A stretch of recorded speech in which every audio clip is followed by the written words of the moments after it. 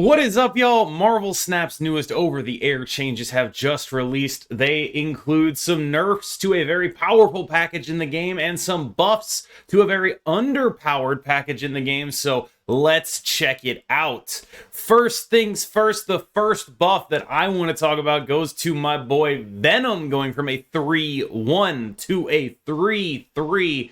This is a really relevant change, and I think could see Venom ending up in more Death Wave decks instead of Deathlock, because now the delta for him to be playable between Deathlock and Venom is much less significant. So, for example, if there's a Bucky Barnes on the board and you play a Venom into that lane, you're only really losing out on one power compared to Deathlock, and the upside of this card is actually playable later in the game is significant compared to Deathlock. What I'm interested in finding out is, does this end up being the kind of card that goes in other decks than just the Destroy archetype? What does it do for the Deadpool archetype? Is this a significant buff to that? We're going to look at a couple deck lists later in the video for that, but now let's move on to the next chain. The legendary Enchantress is the next change on the board. As we all know, Enchantress was recently buffed in the, I believe, the 27th, the OTA on the 27th, to go to a 4/6. Evidently, it looks like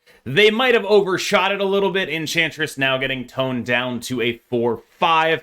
I think this is a very fair change, although I will say a lot of the decks I've been experimenting recently have run Enchantress in them.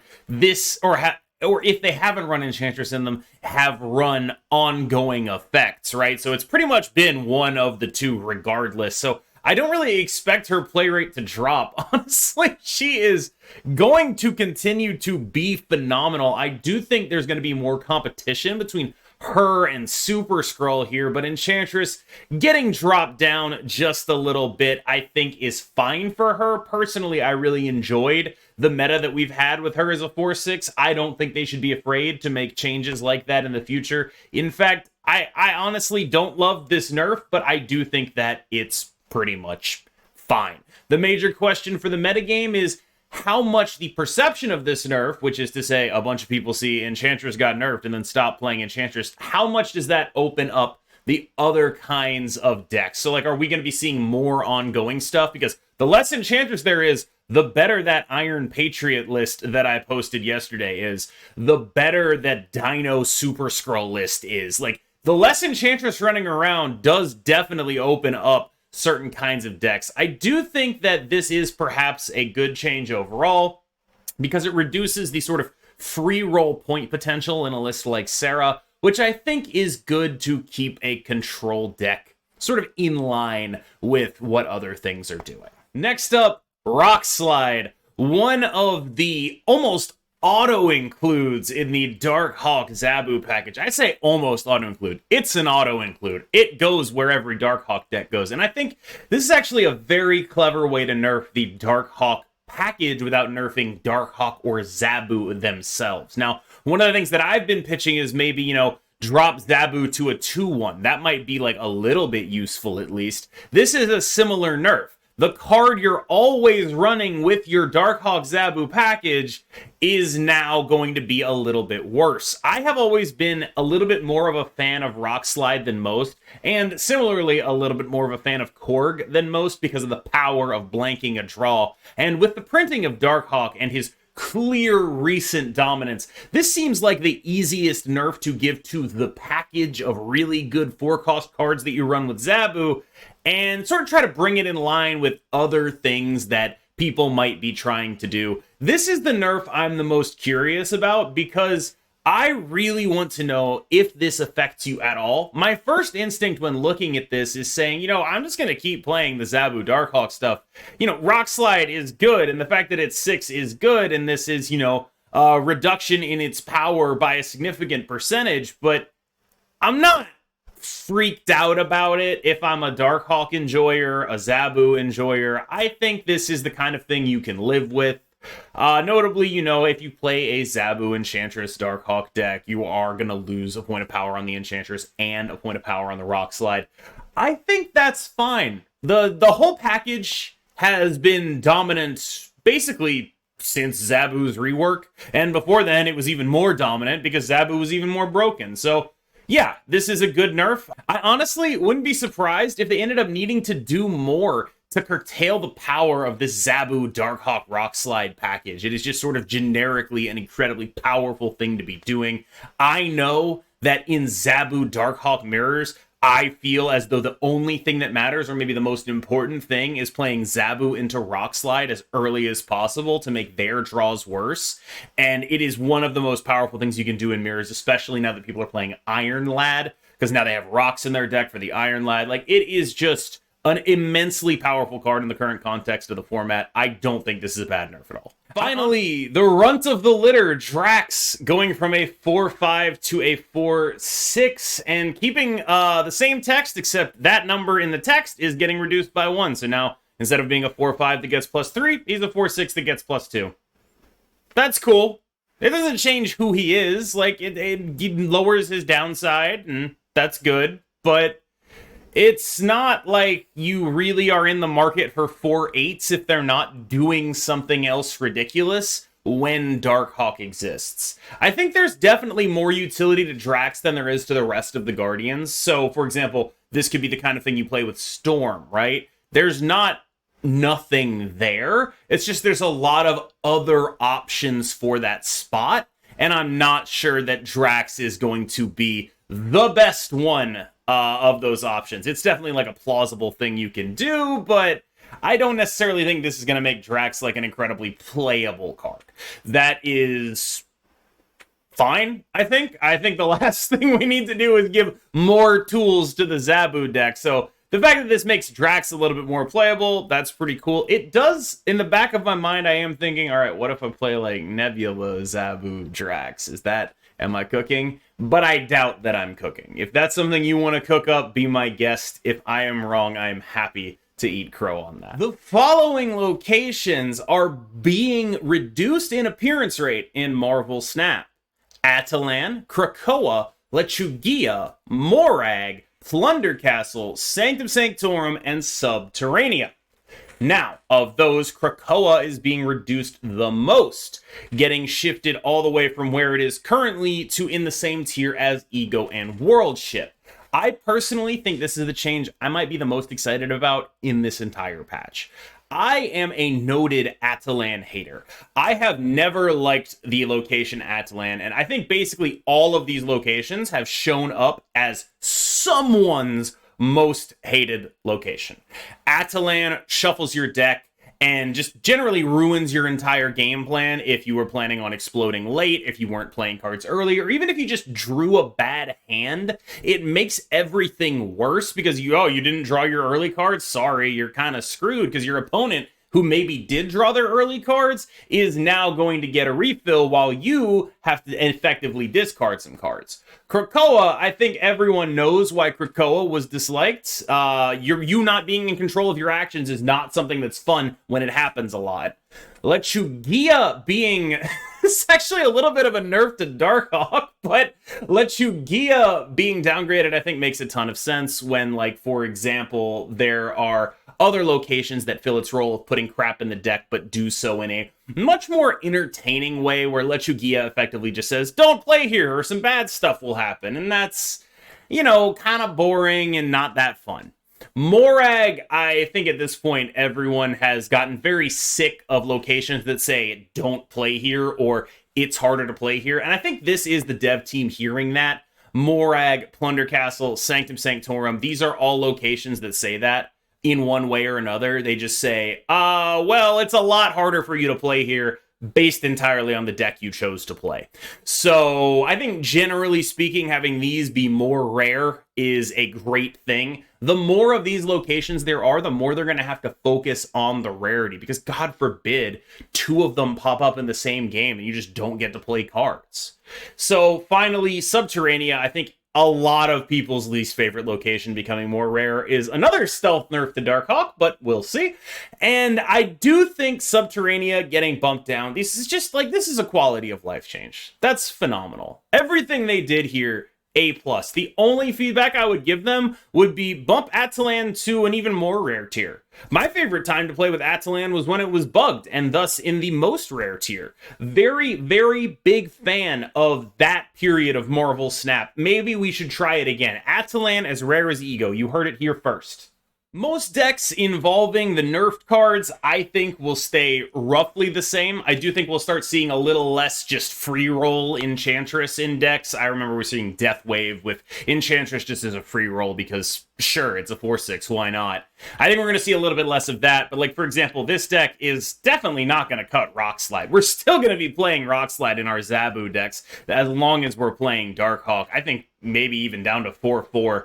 4/5, you know, that's significant. It was good to have a good body to go along with your disruption effect, but I personally put a high premium on the disruption effect and a relatively lower premium on the body itself. Now, it does mean that, you know, you're going to be needing to draw Darkhawk a bit more. Definitely something to think about in Darkhawk decks going forward could be America Chavez, so you get more Zabus, you get more Darkhawks, you overload on doing the broken stuff, and you sort of underload on not doing those things.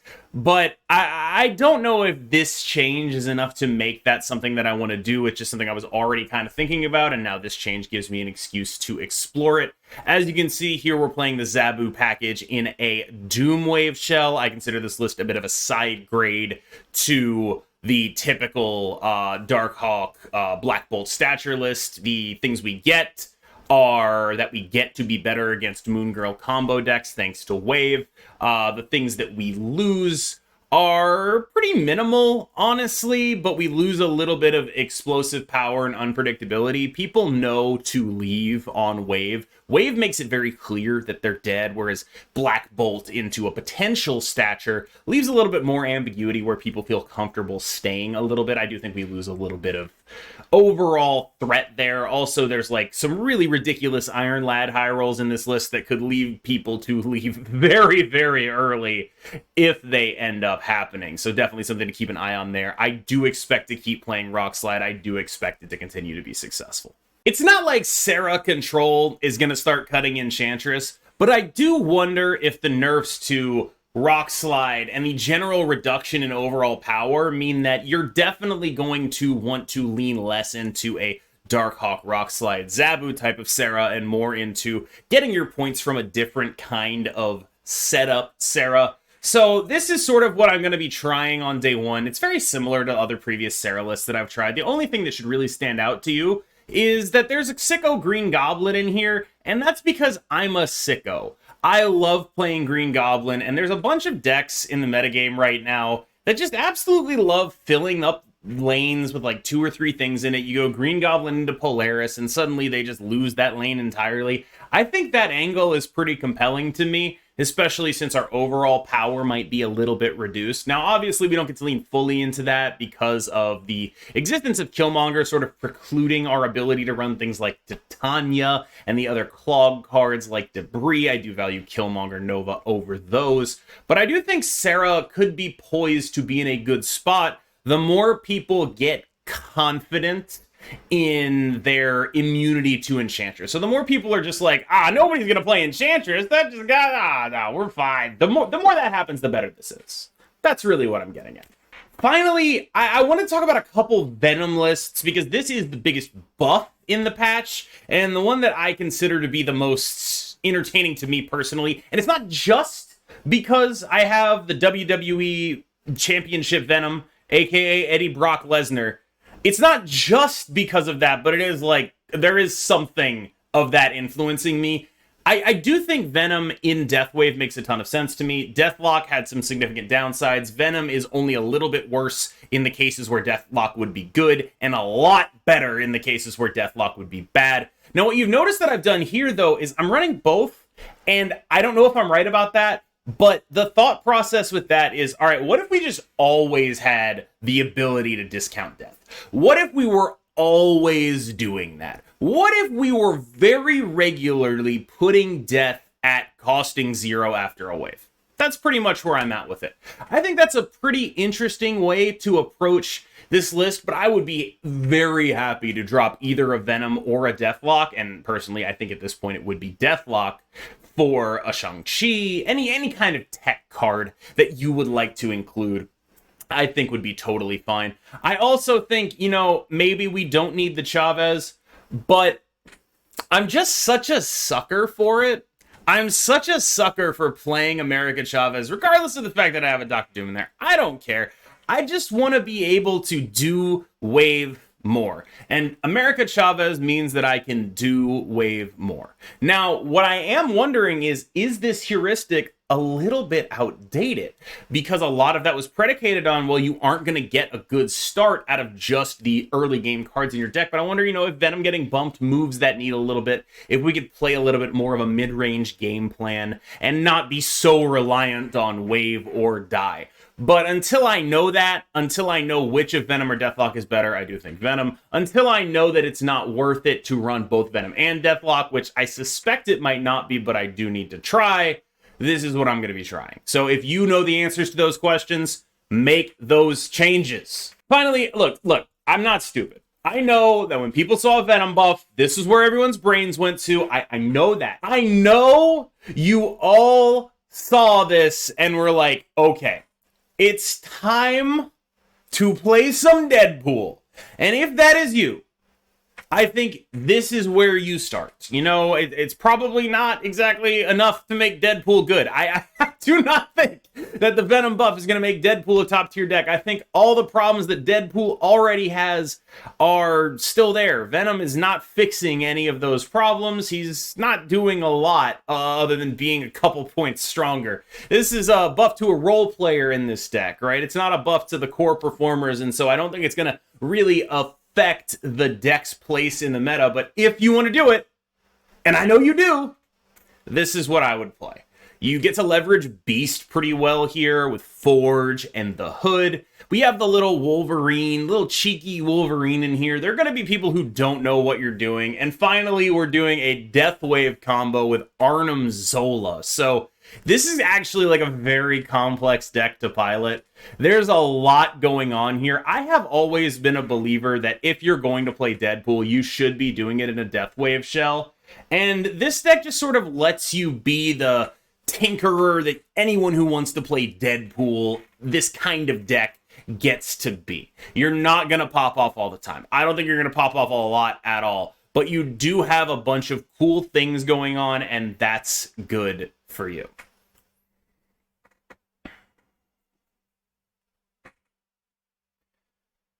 Thank you so much for watching. I am KMBest. You can catch me streaming on Twitch at twitch.tv/KMBestMS and on Twitter at KMBestMS, and drop a subscribe and a like on this video right here if you enjoyed it, which if you're watching this, you probably at least tolerated me up until this point. So, thank you. I really appreciate it. Remember, if you have any thoughts on this video, be sure to drop them in the comments below. I read every single one of them. Y'all have a good one. I'll see you next time.